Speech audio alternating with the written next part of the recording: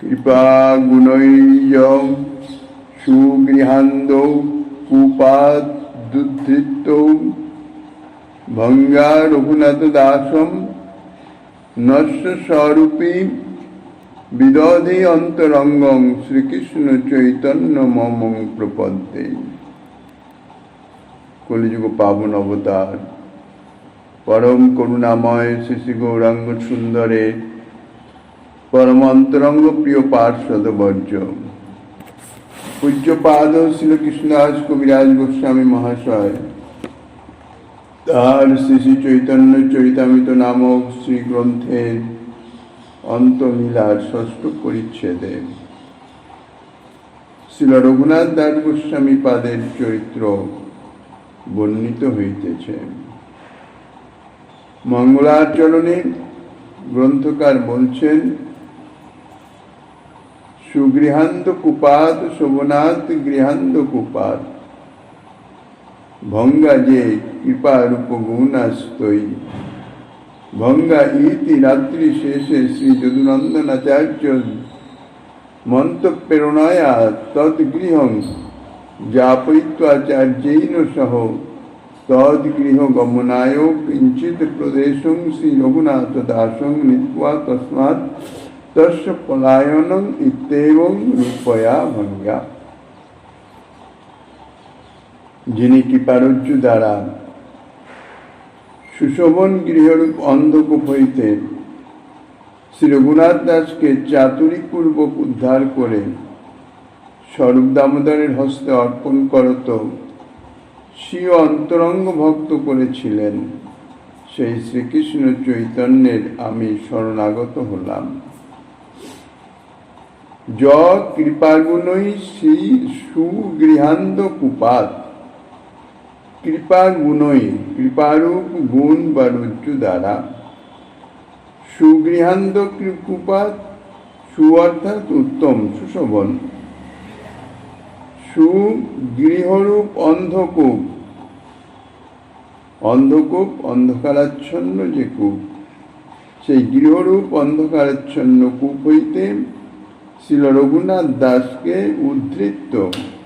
উদ্ধার করে অন্ধকারাচ্ছন্ন গভীর কূপ হইতে যেমন রজ্জু দ্বারা কোনো জিনিসকে তুলে আনা হয়, তদ্রূপ এই সংসাররূপ অন্ধকূপ হতে শ্রীমন মহাপ্রভু কৃপা দ্বারা অর্থাৎ কৃপারজ্জু দ্বারা রঘুনাথ দাসকে উদ্ধার করেছিলেন। এখানে গৃহান্ত কুপাত সাধারণত গৃহরূপ অন্ধকূপ, গৃহই অর্থাৎ এই সংসার অন্ধকূপ সদৃশ, কিন্তু এখানে তাকে সুগৃহাত বলছেন কেন?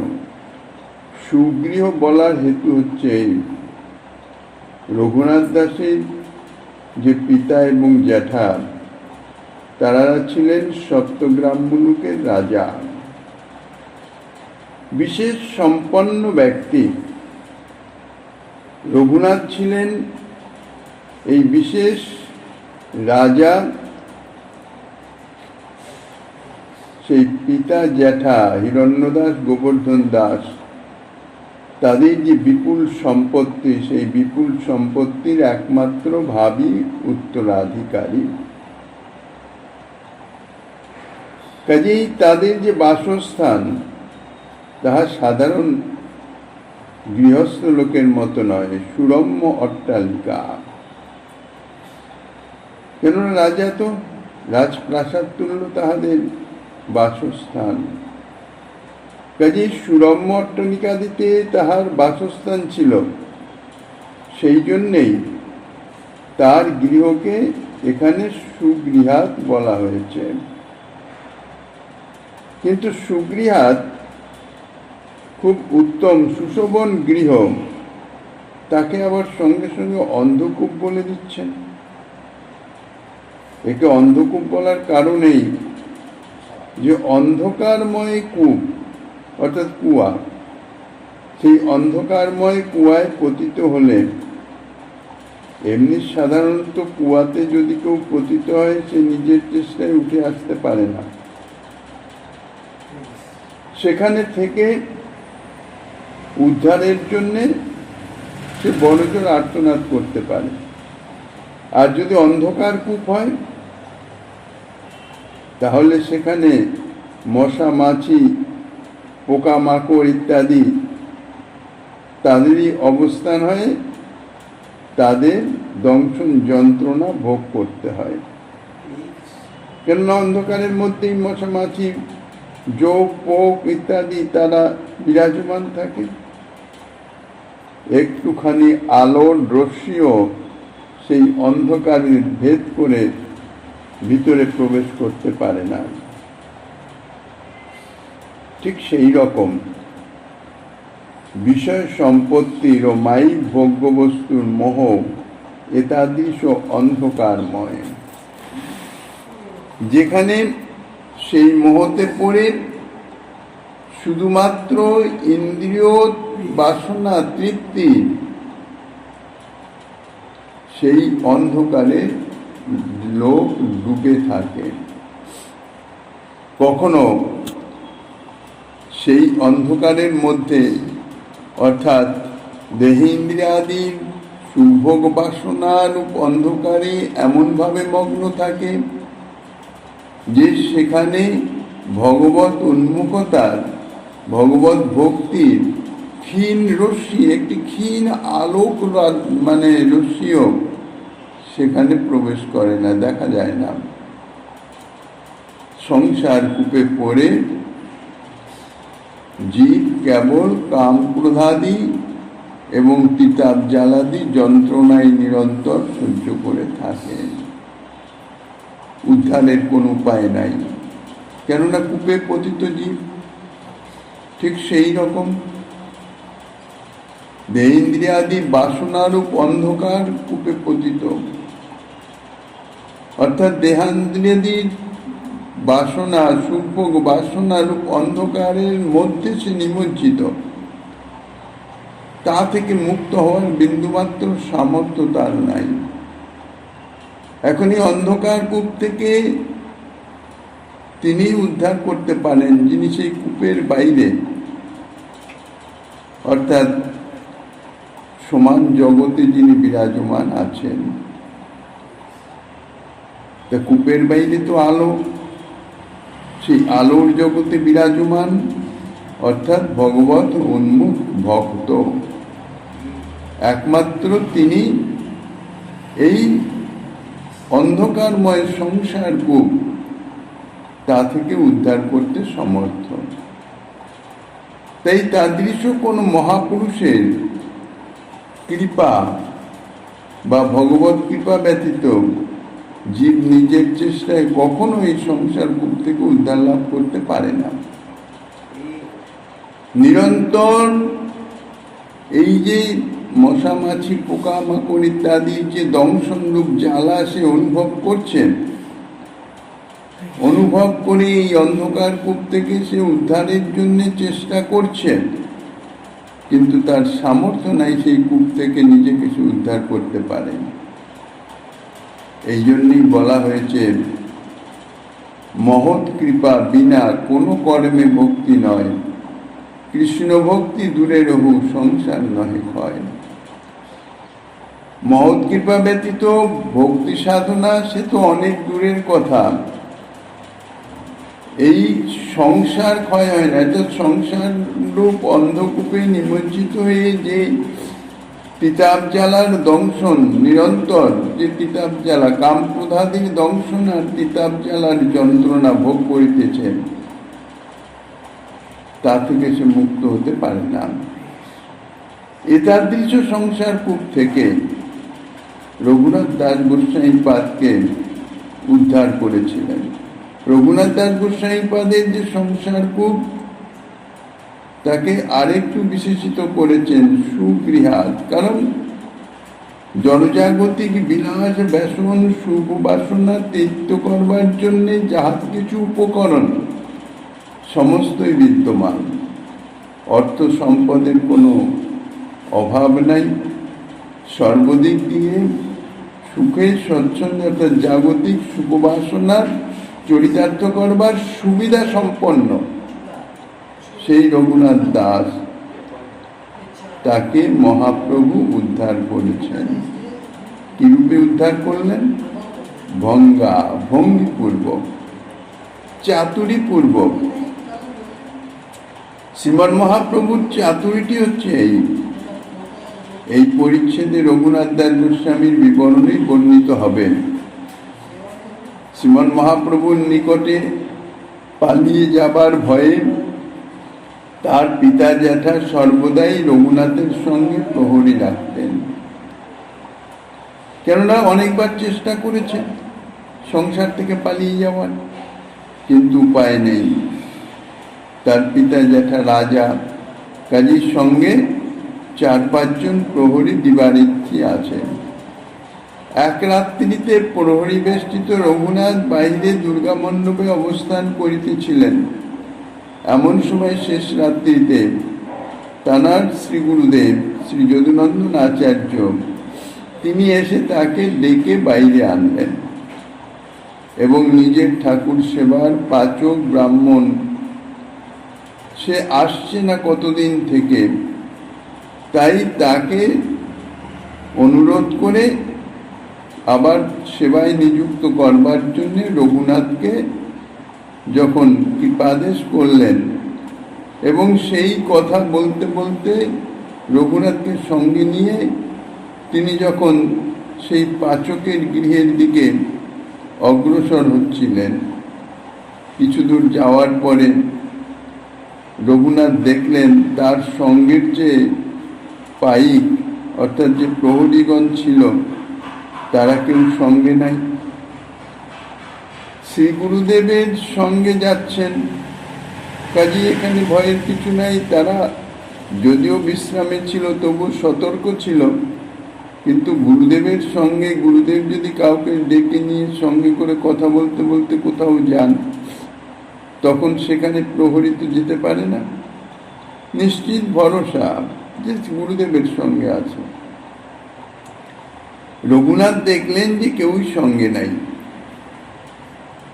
রঘুনাথের মনে তো সদা সর্বদাই শ্রী চৈতন্যদেবের চরণে পৌঁছাবার জন্য যে পলায়ন অর্থাৎ সংসার থেকে পালাবার যে প্রবৃত্তি তাহা তো কাজ করত। কাজেই যখন দেখলেন কেউ নাই, তখন রঘুনাথ একাকী পাচকের নিকটে যেতে পারবে এই কথা বললেন, আচার্যকে ফিরে যেতে অনুরোধ করলেন এবং প্রকারান্তরে আচার্যের আজ্ঞা নিয়ে রঘুনাথ অগ্রসর হলেন। আচার্য নিশ্চিন্ত মনে গৃহে ফিরে এলেন। রঘুনাথ আর গৃহে ফেরেন নাই। তিনি হয়তো সম্ভবত, যদিও সে কথা বর্ণনা নাই, তার পাচককে যথারীতি অনুরোধ ইত্যাদি করে ওই পথেই উনি নীলাচলের উদ্দেশ্যে রওনা হয়েছিলেন। এই যে ঘটনাটা এমন চতুরতার সঙ্গে সম্পাদিত হয়েছিল, এইটাই হচ্ছে প্রভুর চাতুরী। তিনি অন্তঃকরণে প্রেরণা দ্বারা যদুনন্দন আচার্যকে শেষ রাত্রিতে রঘুনাথের নিকট পাঠালেন। প্রভাত হওয়ার পরেও পাঠাতে পারতেন।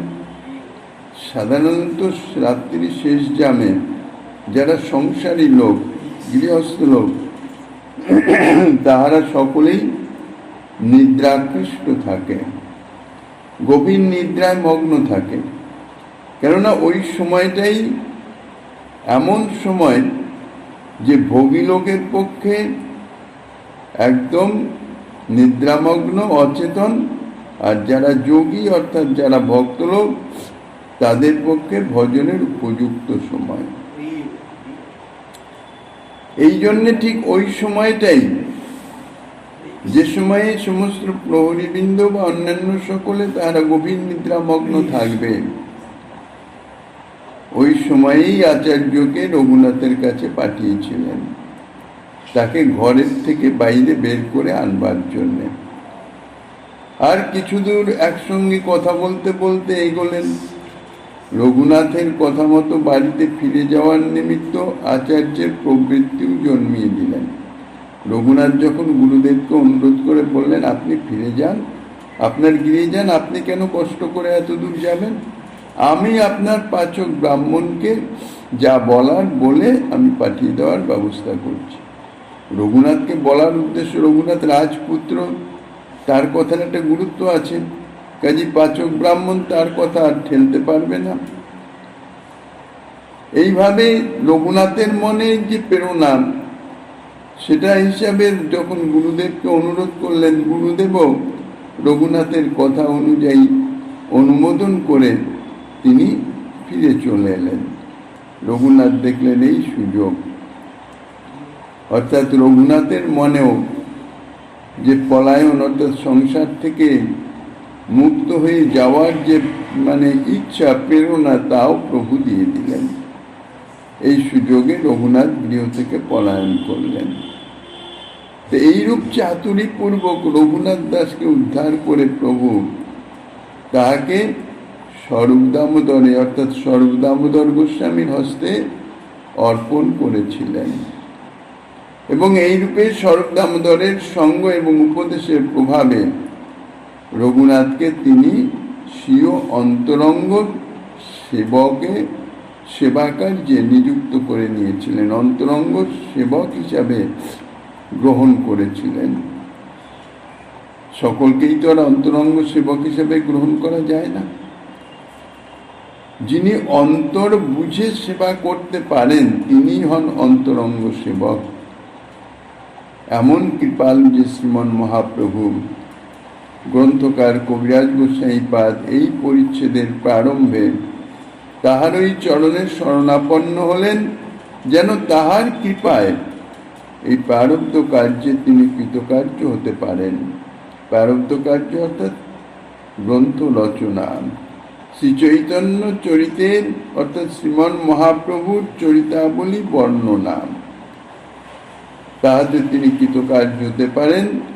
ইহাই তাহার অন্তর্নিহিত মনের বাসনা। এই শ্লোকে তাই ভঙ্গিক্রমে প্রভুর কৃপা প্রার্থনা করে নিলেন। জয় জয় শ্রী চৈতন্য, জয় নিত্যানন্দ, জয়াদ্বৈত চন্দ্র, জয় গৌর ভক্তবৃন্দ। এই মতো গৌরচন্দ্র ভক্তগণ সঙ্গে নীলাচলে নানা লীলা করে নানা রঙ্গে। সপার্ষদ শ্রীমন মহাপ্রভুর কে বন্দনা করে কবিরাজ গোসাইপাদ পরিচ্ছেদের প্রারম্ভে অর্থাৎ পূর্ব পরিচ্ছেদের সঙ্গে সূচনা রেখে বলছেন এইরকম ভাবে, অর্থাৎ পূর্ব পরিচ্ছেদে যেমন পদ্ম মিশ্র ইত্যাদি তাদের লীলা কথা বর্ণনা করেছেন, সেইভাবে শ্রীমন মহাপ্রভু নীলাচলে নানা লীলা রঙ্গতে অবস্থান করিতেছেন। যদ্যপি অন্তরে কৃষ্ণ বিয়োগ বাধ হয়ে, বাহিরে না প্রকাশ হয় ভক্ত দুঃখ ভয়ে। যদিও শ্রীমন মহাপ্রভুর অন্তঃকরণে শ্রীকৃষ্ণ বিচ্ছেদ জনিত দুঃখ অর্থাৎ রাধা ভাবাবিষ্ট, রাধা ভাবাবেশে ভাবের আবেশে শ্রীকৃষ্ণ বিরহে তিনি সর্বদাই কাতর। কেননা শ্রীমন মহাপ্রভুর আবির্ভাবের যে মুখ্য উদ্দেশ্য হচ্ছে রাধা প্রেম আস্বাদন, আনুষঙ্গিক উদ্দেশ্য যে নাম প্রেম বিতরণ ইত্যাদি, সেই নাম প্রেম বিতরণ ইত্যাদি কার্য মোটামুটি সমাধান হয়ে গেছে। এখন নীলাচলে অবস্থান করিতেছেন, তার সঙ্গে সঙ্গে নাম প্রেম বিতরণের যতটুকু আনুষঙ্গিক হবে, কিন্তু এখন যে নিজের উদ্দেশ্য মুখ্য, সেই যে প্রেম আস্বাদন, প্রেম রস আস্বাদন, তার জন্যে একান্ততা চাই। এখন শ্রীকৃষ্ণ বিরহে, আসলে বিরহেতেই যথার্থ রস ও আস্বাদন হয়। সম্ভোগের থেকে বিপ্লম্ব রসই বেশি আস্বাদনীয়। সদা সর্বদাই সেই শ্রীকৃষ্ণ বিচ্ছেদ জনিত শ্রীকৃষ্ণ বিচ্ছেদে শ্রীমতী রাধারানীর যে ভাব, সেই ভাবের আবেশে তিনি অবস্থান করেন। কিন্তু মনে সদা সর্বদাই কৃষ্ণ বিরহ বেদনা বিদ্যমান থাকলেও প্রভুর অন্তরের দুঃখের কথা বাইরে প্রকাশ করতেন না। তার কারণ প্রভুর অন্তরের কথা, দুঃখের কথা শ্রবণ করলে অন্তরঙ্গ যে ভক্তগণ, তাহাদের অত্যন্ত দুঃখ হবে। এই জন্যে ভক্তরা দুঃখ পাবেন, এই আশঙ্কায় প্রভু নিজের অন্তরের কথা প্রকাশ করতেন না, মনোবেদনা মনেই চেপে রাখতেন। কিন্তু উৎকট বিরহ দুঃখ যবে বাহিরায়, তবে যে বৈকল্য প্রভুর বর্ণন না যায়। কিন্তু এই যে বিরহ দুঃখ, সেটি এমন অসহনীয়, অসম্বরণীয়, যাকে উৎকট বলে আখ্যা দিয়েছেন, যা কিছুতেই নিজের মনের ভিতরে সংযম করে রাখা যায় না।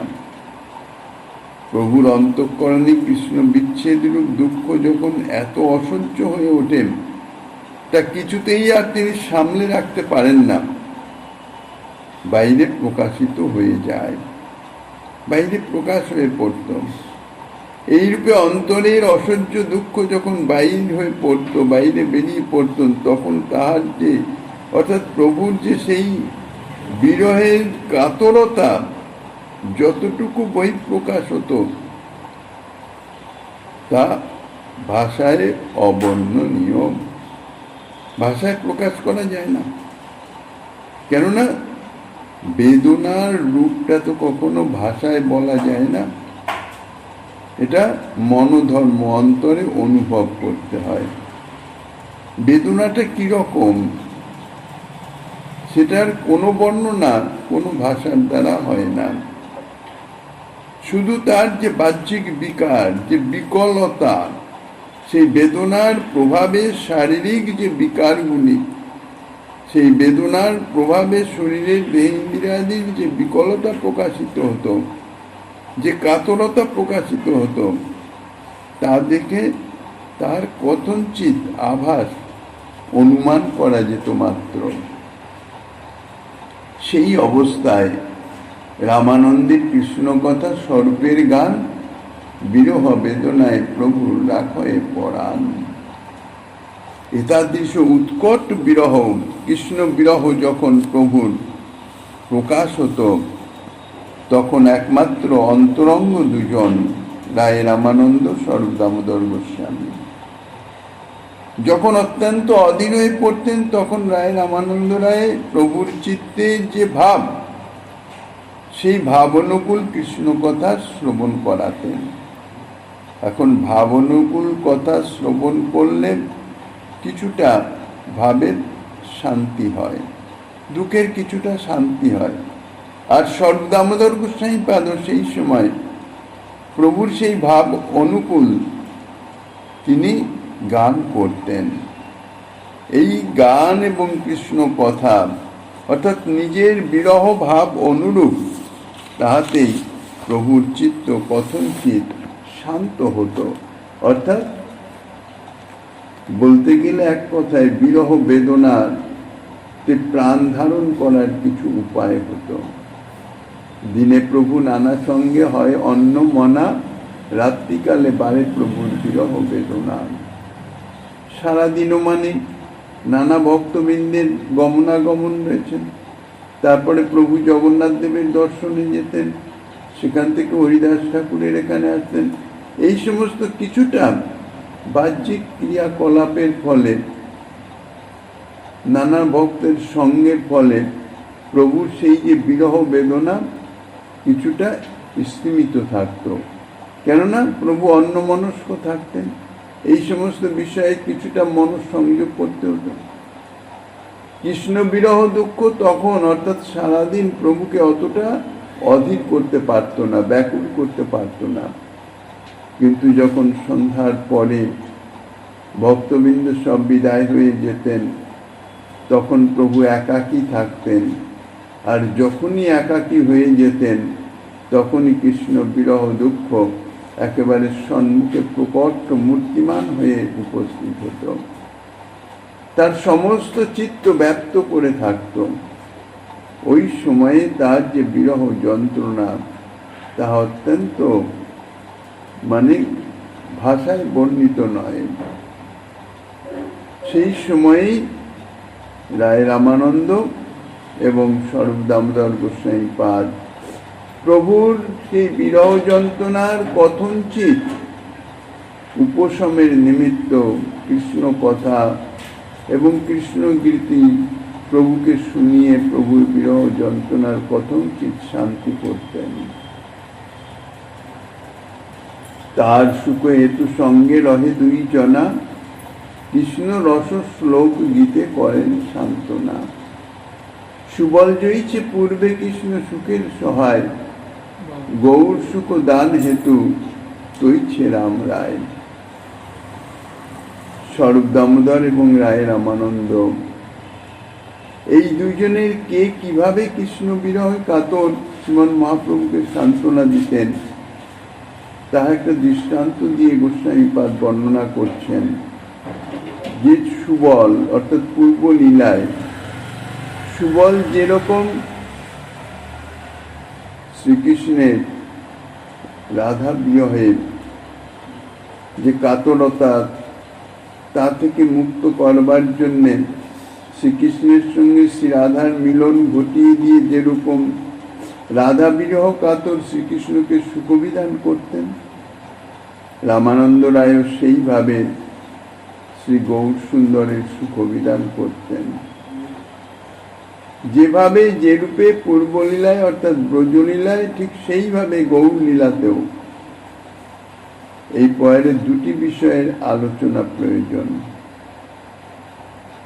রামানন্দকে সুবলের ভাবাপন্ন বলে প্রকাশ করেছেন গোস্বামীপাদ, কিন্তু গৌর গণেশ দীপিকা মতে রামানন্দ রায় হচ্ছেন ব্রজের প্রিয় নর্মশাখা অর্জুন, পাণ্ডুপুত্র অর্জুন এবং বিশাখা সখী ও অর্জুনিয়া নাম্নী গোপী, এতজনের মিলিত স্বরূপ।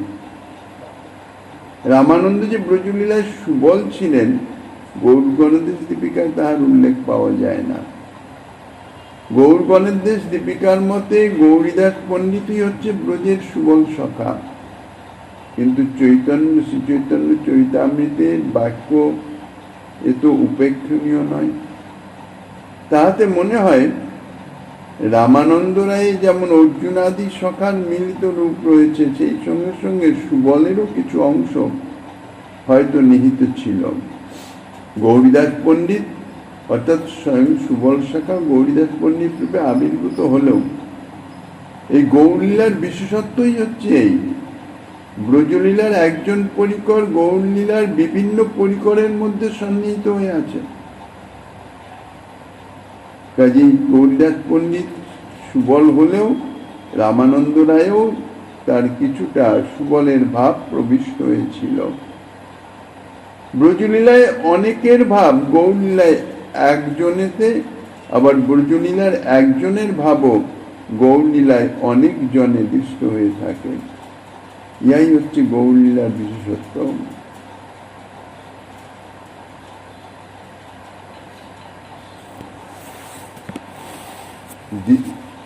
এই পয়েরে রামানন্দ রায়কে যেমন সুবলের ভাবাপন্ন বলা হয়েছে, তেমনি শ্রী গৌর সুন্দরকেও শ্রীকৃষ্ণ ভাবাপন্ন বলে ইঙ্গিত করা হয়েছে।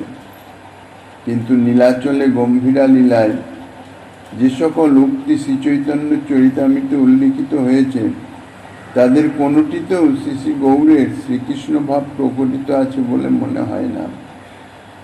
আবার শ্রীরাধার ভাবে প্রলপক্তির সময়ও স্বরূপ দামোদরের সঙ্গে রামানন্দকেও প্রভুর সান্ত্বনা দান করতে দেখা যায়। তাহলে এই সমস্ত বিষয়ের সমাধান হচ্ছে শ্রীমন মহাপ্রভু, তিনি তো স্বয়ং শ্রীকৃষ্ণ। তিনি কৃষ্ণ রূপ, কিন্তু রাধা ভাব দুটি সুবলিত কৃষ্ণ স্বরূপ। শ্রীরাধার ভাব অঙ্গীকার করে তিনি অবতীর্ণ হয়েছেন। আবার জীবকে ভজন শিক্ষা দেওয়ার জন্যে তিনি ভক্ত ভাবও অঙ্গীকার করে আছেন সদা সর্বদাই। নবদ্বীপ লীলাতে তাহার শ্রীকৃষ্ণ ভাব যে একেবারেই অপ্রকট তাহা নয়।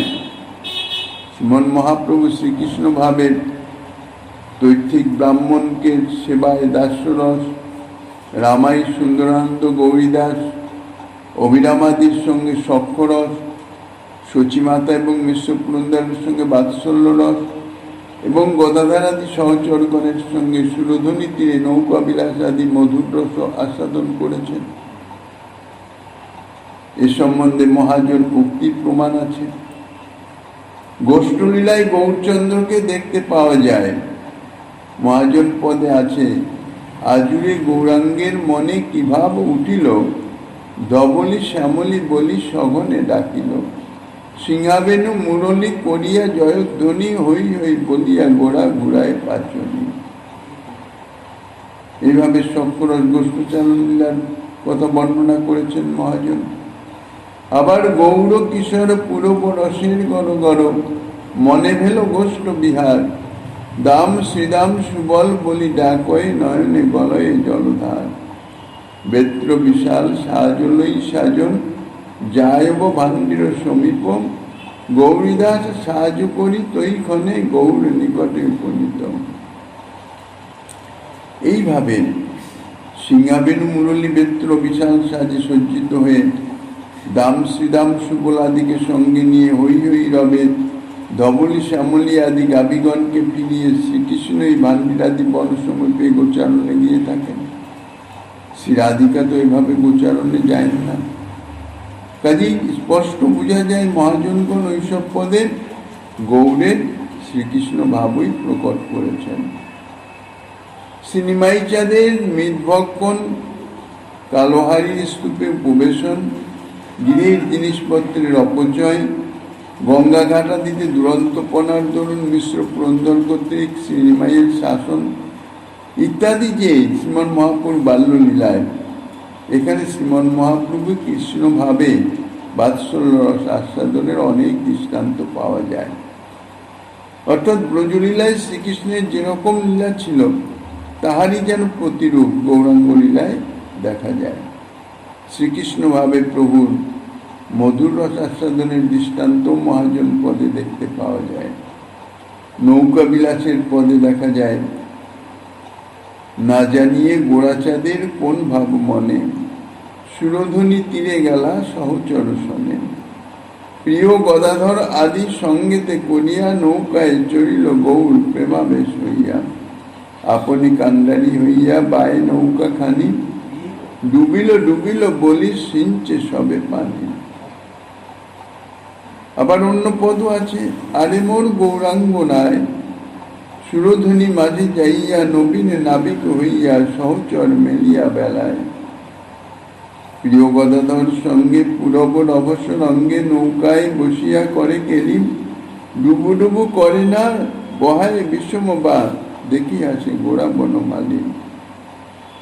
এখানে গোড়া বনমালী এই পদে পরিষ্কার প্রভু শ্রীকৃষ্ণ ভাবটিকে প্রকাশ করেছেন।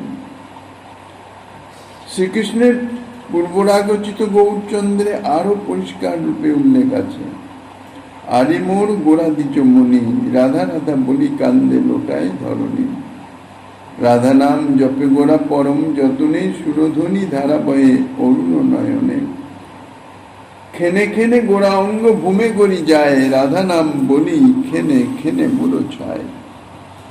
শ্রী রাধার বিরহে কাতর হয়ে শ্রীকৃষ্ণ যেমন রাধা নাম জপ করতেন, রাধা রাধা বলে ক্রন্দন করতেন, ভূমিতে গড়াগড়ি দিতেন, শ্রীমন মহাপ্রভু ঠিক সেইভাবেই শ্রীমন মহাপ্রভুর সেইভাবেই মহাজন এই পদে ব্যক্ত করেছেন।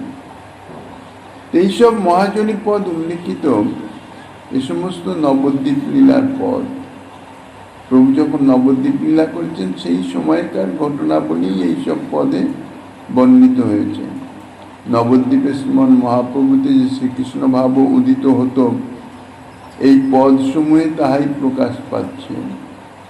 সেই প্রভুই যখন নীলাচলে গেছেন, তখন নীলাচলেও যে সময় সময় তার চিত্তের শ্রীকৃষ্ণ ভাব স্ফুরিত হবে, এতে অস্বাভাবিকতা কিছু নাই তো, বা অসঙ্গতও নয়।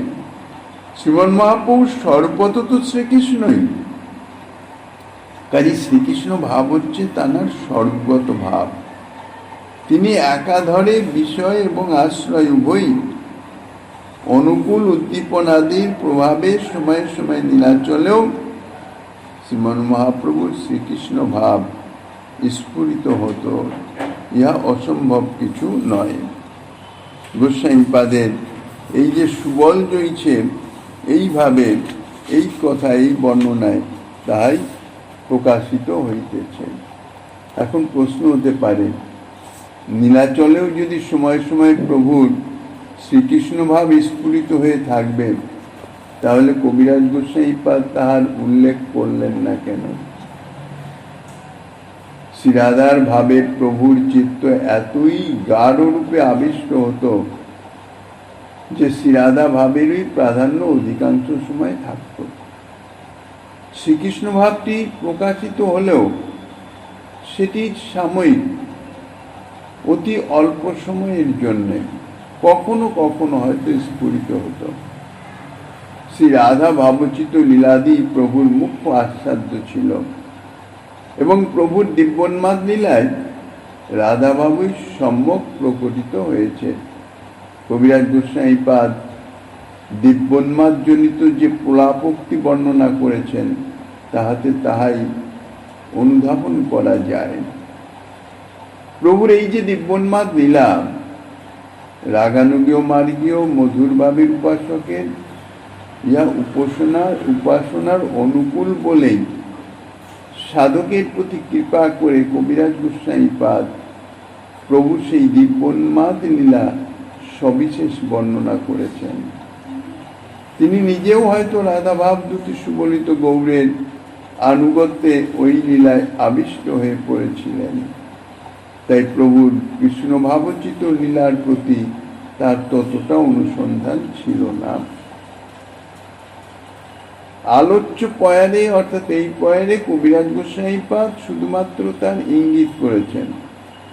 এখন এইসব আলোচনায় শ্রী চরিতামৃতের সুবল জয়ছে পূর্বে কৃষ্ণ সুখের সহায়, গৌর সুখ দান হেতু তৈছে রামরায়, এই পয়ারটি মিলিয়ে যদি অর্থ করা যায়, তাহলে এই পয়ারের মর্ম অর্থ এই হবে যে শ্রীমন মহাপ্রভু শ্রীকৃষ্ণের ভাবে যখন রাধা বিরহে কাতর হতেন, তখন রামানন্দ রায় সুবলের ভাবে তাকে সান্ত্বনাদি দিয়ে আশ্বস্ত করতেন। পূর্ব লীলায় যেরকম অন্তরঙ্গ সুবল শ্রীকৃষ্ণের রাধা ভাব, রাধা বিরহ ভাব থেকে তাকে সান্ত্বনা প্রদান করতেন, ঠিক সেইভাবে। কিন্তু যখন শ্রী রাধা ভাবে শ্রীকৃষ্ণ বিরহে তিনি অধীন হয়ে পড়তেন, সেই সময় রামানন্দ রায়ের ভাব কিন্তু সুবলের ভাব থাকত না। তখন রামানন্দ রায় বিশাখার ভাবেই তাকে সান্ত্বনা দিতেন, কেননা রাধারানীকে সান্ত্বনা দিতেন রাধারানীর অন্তরঙ্গা সখী, আর শ্রীকৃষ্ণের বিরহে শ্রীকৃষ্ণকে সান্ত্বনা দিতেন অন্তরঙ্গ সখা। শারদীয়া মহারাজ রজনীতে শ্রীকৃষ্ণের আশস্থলী থেকে অন্তরিত হয়ে গেলেন, তাহার বিরহে উদ্ভ্রান্ত হয়ে শ্রীকৃষ্ণের লীলাদি চিন্তন করতে করতে কোনো কোনো গোপী যেমন শ্রীকৃষ্ণের ভাবে আবিষ্ট হয়ে কৃষ্ণবৎ আচরণ বা কৃষ্ণলীলার অনুকরণ করেছিলেন, রাধা ভাবে আবিষ্ট মহাপ্রভু কৃষ্ণ বিরহে অধীর হয়ে তদ্রূপ কৃষ্ণভাবের আবেশে পূর্বল্লিখিত নৌকা বিলাসাদি লীলা করেছিলেন। এইরূপ মনে করেও কান্তাভাবের উপাসকগণ পূর্বোক্ত লীলাদির আস্বাদন করতে পারেন। পূর্ব জয়ছে রাধার সহায়ে ললিতা প্রধান, তৈছে স্বরূপ গোসাই রাখে মহাপ্রভুর প্রাণ। রামানন্দ রায়ের কথা বলে এখন স্বরূপ দামোদর গোস্বামীপাদ কিভাবে প্রভুর সেবায় রত থাকতেন সে কথা বলছেন। ব্রজলীলায় কৃষ্ণ বিরহ কাতরা শ্রীমতী রাধারানীর পক্ষে তাহার প্রিয় সখী ললিতাই ছিলেন প্রধান সহায় স্বরূপিণী।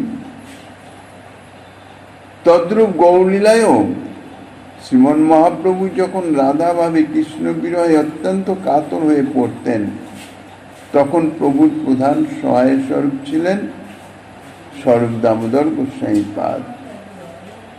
ললিতা শ্রী রাধাকে যেরকম সান্ত্বনাদি দিতেন, স্বরূপ দামোদরও সেইভাবে কৃষ্ণ বিরহ কাতর প্রভুর সান্ত্বনা বিধান করতেন। স্বরূপ দামোদর ব্রজলীলার ললিতা সখী ছিলেন, এই পয়ারে তাহারই ইঙ্গিত দিয়েছেন। এই জন্যে বোধ হয় ধ্যানচন্দ্র গোস্বামী পাদও লিখেছেন, শ্রীললিতা স্বরূপ দামোদরা প্রাপ্তা গৌর রসে তুইয়া। ললিতা গৌর রসে নিমগ্ন হয়ে স্বরূপ দামোদরতা প্রাপ্ত হয়েছেন। এই দুই জনার সৌভাগ্য কহনে না যায়, প্রভুর অন্তরঙ্গ করি যারে লোকে গায়। এই যে দুইজন স্বরূপ দামোদর এবং রায় রামানন্দ প্রভুর অন্তরঙ্গ জন, কেননা প্রভুর সেই বিরহ বেদনার সময় এই দুইজনই একান্তভাবে প্রভুকে সান্ত্বনা প্রদান করতেন, অর্থাৎ প্রভুর ভাবানুরূপ কৃষ্ণ কথা এবং কৃষ্ণ গীতের মাধ্যমে প্রভুর প্রেম সেবা সম্পাদন করতেন। প্রভুর অত্যন্ত অন্তরঙ্গ পার্ষদ বলে নীলাচলে এই দুইজনের পরিচিতি ছিল। এই মতো বিহরে গৌর লইয়া ভক্তগণ, এবে শুনো ভক্তগণ রঘুনাথে মিলন। এই রকম শ্রীমন মহাপ্রভু দিনে ভক্তগণ সঙ্গে কথঞ্চিত অন্য মনে অন্যভাবে অবস্থান করলেও রাত্রিকালে একান্ত শ্রীকৃষ্ণ বিরহে আবিষ্ট হয়ে থাকতেন। সেই সময় স্বরূপ দামোদর এবং রায় রামানন্দ তাঁরা দুজনেই প্রভুরকে সান্ত্বনা প্রদান করতেন। এইভাবে প্রতিদিন অর্থাৎ দিনচর্চা চলছিল। এখন কবিরাজ গোস্বামী পাদ, রঘুনাথ দাস গোস্বামী পাদের সঙ্গে শ্রীমন মহাপ্রভুর যে মিলন কিভাবে হয়েছিল সেই ঘটনা পূর্বাপর বর্ণনা করিতেছেন। পূর্বে শান্তিপুরে রঘুনাথ যবে আইলা, মহাপ্রভু কৃপা করি তারে শিক্ষাইলাম। প্রভুর শিক্ষাতে তেহ নিজ ঘরে যায়, মর্কট বৈরাগ্য ছাড়ি হইলা বিষয়ী প্রায়। শ্রীমন মহাপ্রভু যখন ইতিপূর্বে নীলাচল থেকে গৌড়দেশ হয়ে বৃন্দাবন যাওয়ার উদ্দেশ্যে বঙ্গদেশে এসেছিলেন, তখন প্রভুর তো নীলাচল বৃন্দাবন যাওয়া হলো না। কানাই নাটশালা থেকে প্রত্যাবর্তন করে শান্তিপুরে এসেছিলেন। শান্তিপুরে এসে কয়েকদিন অবস্থান করেছিলেন। শান্তিপুর থেকে তিনি আবার পুনরায় নীলাচলে ফিরে আসেন। এই যে প্রভু দ্বিতীয়বার শান্তিপুরে এলেন, অর্থাৎ কানাই নাটশালা থেকে শান্তিপুর এলেন, তখন প্রভু 10 দিন শান্তিপুরে অবস্থান করেছিলেন। আর এই সময় রঘুনাথ দাস শান্তিপুরে প্রভুর চরণ দর্শনের নিমিত্ত উপস্থিত হয়েছিলেন। সেই সময় প্রভু রঘুনাথকে যে উপদেশ দিয়েছিলেন, কেননা তার আগে রঘুনাথ প্রভুর সান্নিধ্যে যাওয়ার জন্যে সুযোগ পেলেই পালিয়ে যেতেন, কিন্তু হিরণ্যদাস গোবর্ধন দাস সদা সতর্ক প্রহরী নিযুক্ত, তাহারা রঘুনাথকে কিছু দূর থেকে আবার ধরে নিয়ে আসত। বারবার এইরকম চেষ্টা করতেন, কিন্তু কিছুতেই সফল হতেন না। রঘুনাথ দাস অত্যন্ত উন্মত্তের মতন হয়ে গিয়েছিলেন প্রভুর চরণে, অর্থাৎ নীলাচলে প্রভুর চরণ সান্নিধ্যে পৌঁছাবার নিমিত্ত সমস্ত কিছু ত্যাগ করেন। কিন্তু এই বিশাল জমিদারির একমাত্র উত্তরাধিকারী, তাকে কি সহজে কেউ ছেড়ে দেয়? এই জন্যে কিছুতেই ছাড়া পাচ্ছিলেন না।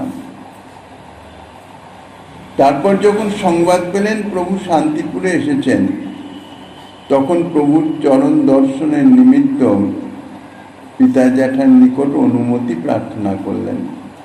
কেননা পালিয়ে তো যেতে পারবেন না, না জানিয়ে যেতে পারবেন না, কোথাও ধরা পড়ে যাবেন, আবার পুনরায় ফেরত করে নিয়ে আসবেন। তাই সরাসরি প্রার্থনা জানালেন যে প্রভু শান্তিপুরে এসেছেন, আমি প্রভুর চরণ দর্শন করতে যেতে চাই। প্রভুর দর্শন বিনা আমার প্রাণ রক্ষা করাই কঠিন। বাবা যেটা একেবারে বিষয়মুক্ত ছিলেন না, বাবা যেটাও কিছুটা তাদের অন্তরে ভক্তিভাব ছিল। ইতিপূর্বে হরিদাস ঠাকুরের চরিত্র সম্বন্ধে তখন সেখানে দেখা গেছে সাধু ব্রাহ্মণ তাদের সেবায় রত ছিলেন, কিছুটা ভক্তিভাব ছিল। কাজী রঘুনাথ দাসের এই যে বৈরাগ্য, সংসার বিরক্তি তারা অনুভব করতেন, কিন্তু অনুভব করলেও ছেড়ে তো দিতে পারেন না। এত বড় বিশাল বৈভবের একমাত্র উত্তরাধিকারী, এ বিষয় বৈভব কি হবে? মায়ার যে মুগ্ধতা অর্থাৎ মোহ, সেটি তো ছাড়া যায় না একমাত্র ভগবত কৃপা ছাড়া। তাই বুঝতে পারতেন রঘুনাথের মনের ভাব, কিন্তু সেই ভাবকে সমর্থন করতে পারতেন না। তাই যখন রঘুনাথ শান্তিপুরে প্রভুর চরণ দর্শনের জন্য অনুমতি প্রার্থনা করলেন, তারা সহজেই অনুমতি দিলেন এবং সেই সঙ্গে সঙ্গে সঙ্গে প্রহরী ইত্যাদি তো থাকলো, সেবকাদি থাকলো, অর্থ সম্পদ ইত্যাদি সমস্ত কিছু দিয়ে উপযুক্ত ভাবে পাঠিয়ে দিলেন। রঘুনাথ প্রভুর চরণে দণ্ডবত প্রণতি হয়ে রঘুনাথ দাস গোস্বামীপাদের একটা কি সরাসরি কিছু প্রভুকে বলতেন না। প্রভু তো অন্তর্যামী, প্রভু সবই জানেন। সেই সময় প্রভু রঘুনাথকে কয়েকটি কথা বলেছিলেন। স্থির হইয়া ঘরে যাও, না হও বাতুল, ক্রমে ক্রমে পায়ে জীব ভবসিন্ধু গোল। তুমি স্থির হয়ে ঘরে যাও, অর্থাৎ শান্ত, বাতুল হয়ে না, পাগলের মতন হয়ে না, উন্মত্তের মতন এই আজ দৌড়ে পালাচ্ছ, কাল দৌড়ে পালাচ্ছ, এই সমস্ত কাজ করো না, এগুলি ঠিক নয়। এইভাবে কেউ সংসার সমুদ্র উত্তীর্ণ হতে পারে না। সংসার সাগর অর্থাৎ এই যে মায়ার বন্ধন, মায়ার মুগ্ধতা, সেটা ক্রমে ক্রমে অতিক্রম করতে পারে, হুট করে কেউ কখনো সেটা পায় না। এই জন্যে ক্রমে ক্রমে পায় লোক ভবসিন্ধু কোল। যথারীতি যদি ভজনে রত থাকা যায়, তাহলে ধীরে ধীরে ধীরে ধীরে সংসার মুক্তি হয়। মর্কট বৈরাগ্য না করো লোক দেখাইয়া, যথাযোগ্য বিষয় ভুঞ্জ অনাসক্ত হইয়া। মর্কট বৈরাগ্য করো না, অর্থাৎ বাইরে দেখিয়েও দেখানো। বৈরাগ্য হচ্ছে মনোধর্ম, বাইরে দেখাবার বস্তু নয়।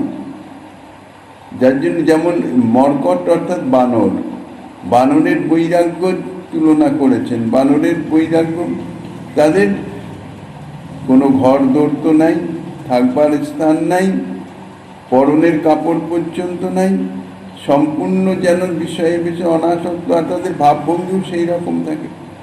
কিন্তু তাদের মতন বিষয় ভোগে আসক্ত অন্য কেউ নাই। এই জন্যেই এই বৈরাগ্যকে, যে বৈরাগ্য শুধু বাইরে দেখানোর অথচ অন্তরে ভোগ বাসনা বিরাজমান আছে, তাকে বলা হয় মর্কট বৈরাগ্য। কিন্তু রঘুনাথকে সে কথা বললেন কেন? রঘুনাথ দাসের বৈরাগ্য তো মর্কট নয়। কিন্তু রঘুনাথ যে বৈরাগ্যের যে পন্থা অবলম্বন করেছেন, লোক দেখে সেটাই মনে করবে। এই জন্য বলছেন বৈরাগ্য না করো লোক দেখিয়ে, লোক দেখানো কোনো বৈরাগ্য করো না। তাহলে কিভাবে চলবে? যথাযোগ্য বিষয়ে ভুঞ্জ অনাসক্ত হইয়া। তোমার যতটুকু বিষয় ভোগের প্রয়োজন দেহযাত্রা নির্বাহ করবার নিমিত্ত, ততটুকু বিষয়ে তুমি ভোগ করো, কিন্তু আসক্তি শূন্য হয়ে। সেই জড়জাগতিক বিষয়ে বিন্দুমাত্র আসক্তি রাখবে না, অনাসক্ত হয়ে বিষয় ভোগ করো। তাহলে তোমার আর তাতে আসক্তি জন্মাবে না, তোমার বৈরাগ্যটি সেটি সিদ্ধ হবে। অন্তর্নিষ্ঠা করো বাহ্যে লোক ব্যবহার। অন্তরে বিষয়ে বিরক্তি, ভগবত নিষ্ঠা, ভগবত চরণ নিষ্ঠা, এটা অন্তরে বিদ্যমান রাখো, বাইরে সেটা দেখিও না। বাইরে লোক ব্যবহার, যেন সাধারণ গৃহস্থ লোক যেমন যেমন আচরণ করেন তুমিও তেমন তেমন আচরণ করবে, শুধুমাত্র বাইরে দেহেন্দ্রিয়ারে লোক দেখাবার জন্যে। অচিরাতে কৃষ্ণ তোমার করিবে উদ্ধার। যদি এইভাবে তুমি চলতে পারো তাহলে অতি শীঘ্রই তুমি সংসার বন্ধন থেকে মুক্ত হবে। এই শিক্ষা দিয়ে দিয়েছিলেন। সেই শিক্ষা পেয়ে রঘুনাথ দাস গোস্বামীপাদ তিনি যখন ফিরে এলেন তখন এই বৈরাগ্য, অর্থাৎ আগে যেমন কেবল ঘর ছেড়ে পালিয়ে যেতেন, কোনো কিছু ভালো লাগতো না, কিছু নিতেন না, কিছু খেতেন না, মানে তীব্র বৈরাগ্যের ভাব প্রকাশ করতেন, সম্পূর্ণ বিপরীত হয়ে গেল প্রভুর শিক্ষাতে, প্রভুর উপদেশে। প্রভুর শিক্ষাতে তেহ নিজ ঘরে যায়, মর্কট বৈরাগ্য ছাড়ি হইলা বিষয়ীর প্রায়। প্রভুর কৃপা উপদেশ পেয়ে রঘুনাথ দাস গোস্বামীপাদ অন্তরে যে বৈরাগ্যের যে একটা প্রবল মানে উৎকট যে ধারা এসেছিল সেটি স্তীমিত হয়ে গেল, সংযত হয়ে গেলেন এবং প্রভু যেরকম উপদেশ দিয়েছিলেন সেই রকমভাবে বৈরাগ্যের বাহ্যিক ভাবটি সম্পূর্ণ ত্যাগ করলেন। ত্যাগ করে একদম বিষয়ী মর্কট বৈরাগ্য, অর্থাৎ যাহাদের ভিতরে বিষয়াসক্তি কিন্তু বাইরে বৈরাগ্যের বেশ, তাদের বৈরাগ্যকেই বলা হয় মর্কট বৈরাগ্য। রঘুনাথের বৈরাগ্য বাস্তবিক সেরকম ছিল না ঠিকই, তাহার চিত্তে ভোগাসক্তির আভাসও ছিল না, বরঞ্চ বিরক্তি ছিল, কিন্তু প্রভু তাহাকে কেবল বাহ্য বৈরাগ্য ত্যাগ করতেই বলেছেন, অন্তরের বৈরাগ্য ত্যাগ করতে বলেন নাই।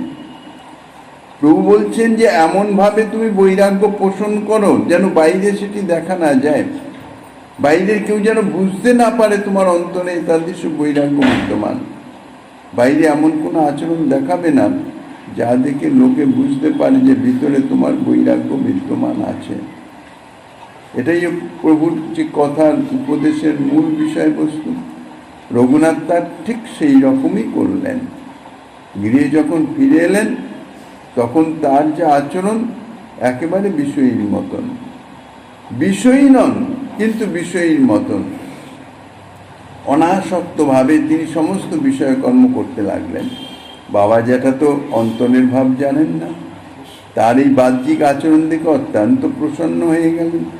লোকে সকলে মনে করলো যে রঘুনাথের যে মানে মাঝখানে যে বলতে গেলে সাধারণ লোকে তো বলে পাগল পাগল প্রবৃত্তি হয়েছিল, সেটা দূরীভূত হয়েছে, এখন শান্ত হয়েছে, আবার বিষয়ে মন দিয়েছে, তিনি বিষয়ী হয়েছেন।